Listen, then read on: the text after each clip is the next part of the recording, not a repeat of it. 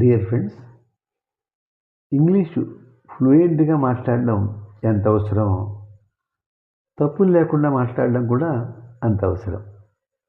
ఉదాహరణకి పొరుగు రాష్ట్రాల వాళ్ళు తెలుగు మాట్లాడుతూ తప్పులు మాట్లాడారనుకోండి, అంటే అతడు వచ్చింది, ఆమె వెళ్ళాడు అంటే మనకు నవ్వు వస్తుంది.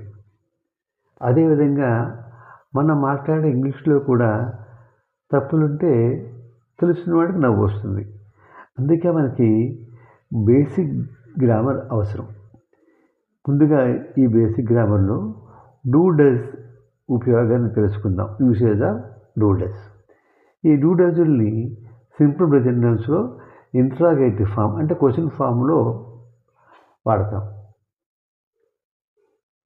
ఇక్కడ స్ట్రక్చర్స్ చెప్పుకుందాం. Do plus subject. సబ్జెక్ట్ అంటే ఇక్కడ I, we, you, they. I, విలు first person singular plural. You అనేది second person singular plural. They third person plural.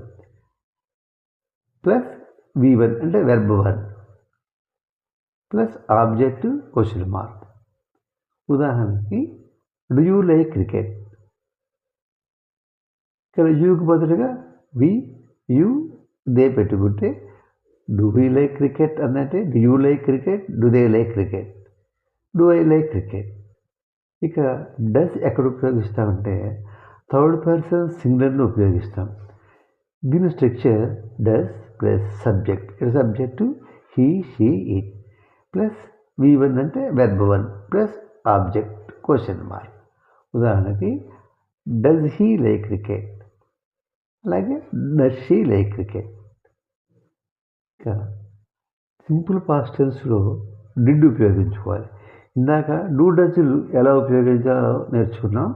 ఇప్పుడు డిడ్ కూడా ఎలా ఉపయోగించాలి. ఈ డిడ్ అనేది సింపుల్ పాస్ట్ టెన్స్లో ఉపయోగించుకుంటాం. ఇక్కడ దీని స్ట్రక్చర్ డిడ్ ప్లస్ సబ్జెక్ట్. ఇక్కడ సబ్జెక్ట్లో సింగులర్ అయినా ప్లూరల్ అయినా first person second person third person ఏదైనా కూడా I, we, you, he, she, they, it plus V1 అంటే verb 1 plus object question mark. ఉదాహరణకి డిడ్ హీ లైక్ క్రికెట్. ఈ హీ బదులుగా ఇక్కడ మనం వి, యు, షీ, దే ఏదైనా పెట్టుకోవచ్చు.